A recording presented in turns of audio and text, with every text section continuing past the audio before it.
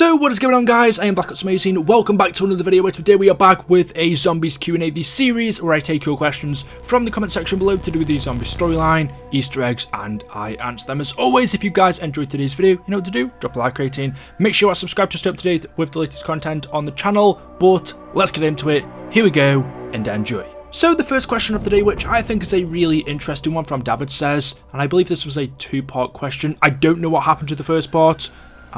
You say, what side is Dr. Monty on? And I don't think there is a proper answer to this. If we have two sides in zombies, the good and bad, the Shadow Man, for me at least, is definitely a bad person. The things he's done throughout our storyline, tricking characters, having them be sacrificed in Shadows of Evil. He is the leader of the Apothicons, who we know are evil, so the Shadow Man is 100% on the dark side. And so before Black Ops 4 took place, before we know everything that we do now, I bet a lot of people would have said Dr. Monty was the good one. Now that BO4 is over and we know everything, we know about the paradox and Monty continuing the cycle, a lot of people would consider him to be on the bad side, but I don't necessarily agree. I don't think Monty is either good or bad. I wouldn't say he was good because, well, at the end of the day, he did keep our characters in a cycle. He lied to them. He used them for his own gain. But then I also wouldn't call him bad because if Monty didn't do what he did, he would die. So can you call someone evil for them wanting to keep themselves alive? If you put yourselves in that situation and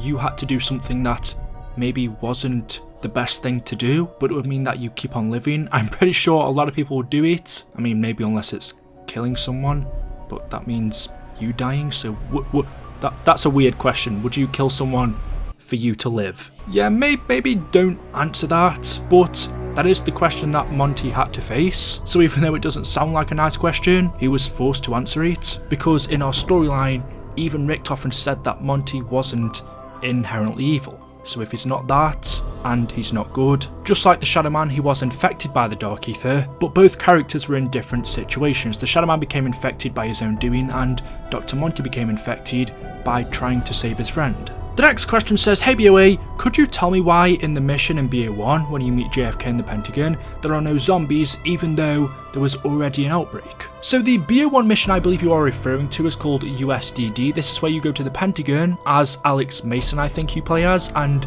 you meet JFK. I think you're also there with Hudson, and Robert McNamara is there as well, along with other characters. But you're saying if you travel to the Pentagon in the Black Ops 1 campaign, why aren't there any zombies there, even though there was already an outbreak? So the campaign mission takes place on November the 10th, 1963. 5 takes place a few days before on November the 6th.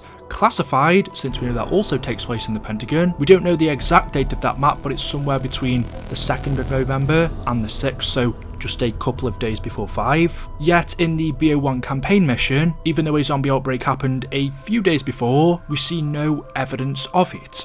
Everything is cleaned up, there are no zombies. In fact, JFK and the crew are still alive. Yes, they did survive in the timeline, or as part of the original one, but we also know in another they died. However, in the campaign, they are still alive. So what does this mean? And I can give you two answers. The first one being, the campaign and zombies don't take place in the same universe. Just how we have multiple universes as part of our zombie storyline, well, the campaign is yet another one of those universes. Things aren't exactly the same or don't always play out the same way in each and every universe. There are minor differences in all of them. The same characters seem to exist in all of them, but what they do doesn't stay the same. So just because a zombie outbreak happened in the Pentagon in our zombie storyline, it doesn't mean an outbreak happened in the campaign. When we play the BO1 campaign, throughout it, there is no sign that a zombie outbreak ever took place, no matter what year we are in or what location. We do have suspicious things such as the Thunder Gun, which you can obtain in the campaign. That is a zombie's weapon, of course. Like I said, we have the same characters. Reznov is mentioned in the zombie storyline, so is Mason and Woods, but that doesn't have to mean zombies exist in the campaign universe.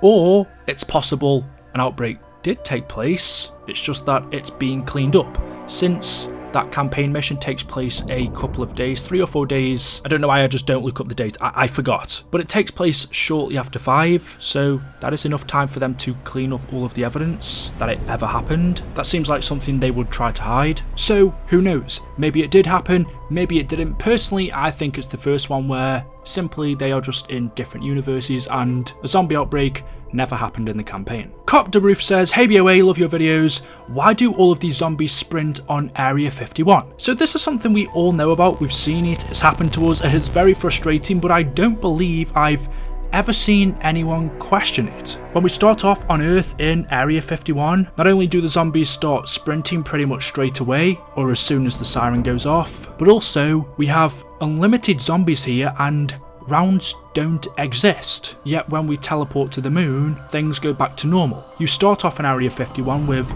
zombies that are very difficult to kill, and then as soon as you teleport to the moon, you are on round 1. You could be in Area 51 for 10 or 15 minutes and this doesn't affect rounds. It's almost like everything we know about zombies, how it works or how they work, doesn't exist here. The same rules don't apply. But why though is a different question. Why the zombies are super fast straight away, why they are unlimited and never stop coming, why don't rounds exist here? Is this one of those things that we have to ignore, we don't question, and just pretend that it isn't a thing? I would say so, because I don't think even Treyarch would have an explanation for this. If we asked them, I don't think they could tell us. I mean, Area 51 isn't anywhere special, it's not like it's in another realm, another universe or space. If this happened in Argotha, for example, you could say, well, maybe time works different here or something, but Area 51 is on Earth. Or is it? It is on the same planet as most of our other zombies maps, yet it doesn't work like them. This is a question that no one besides Treyarch can answer. Possibly, since this is Area 51, a secret government site, no one really knows anything about it. Have they done something to the zombies here? Are these zombies? What if they're aliens? Does this even exist? Unfortunately, this is one of those that we know nothing about. The next question from Dark's Waves of Life says, why on BO2 does Ted say, "So help me God, don't think I won't drive this bus off a cliff and kill us all," when there is no cliff or God in the world, there is only the Keepers and the Apothicons? So to kind of change your question, pretty much what you're saying is, why does Ted say random things that don't make sense? Like when you're on the bus, he'll mention locations that aren't near us. He'll pretty much just say some really weird things. Bohemian Grove. Put on your hoods and disembark at Bohemian Grove. Yellowstone Park. Step off the bus to see beautiful Yellowstone Park. Santa Monica Promenade. Ride the Ferris wheel. Surf the pier. Town Center stop. Get off now for shopping, movies, dining, gaming, truly, buying. So first off, I think "so help me God" is just a phrase. There's no secret meaning to that, I guess. Dr. Monty we kind of look at as the god of our zombies universe. Then again, in the same way, he kind of isn't. But if you'd asked me this question a few years ago before BO4, I would have said the reason why Ted says all of these random things is because of his circuit. My theory would have been after the 3 rockets hit Earth from the moon and destroyed everything, Ted's circuit got messed up and it just causes him to say random things. It is a glitch in his system. But since Classified released and we found this poster in the map, we can see that Ted is still a prototype. The version of him that we see in transit, which is exactly the same as the one we see described here, seems to be unfinished. It says request for skin to cover robotic exterior. The test trials have employees frightened. His appearance needs to be more friendly and approachable. In game, half of Ted's skin is missing, but I assume this was down to the rockets hitting Earth. The blast burnt away parts of his prosthetic skin, although originally he wasn't intended to have any. It then says who programmed it with emotions and why.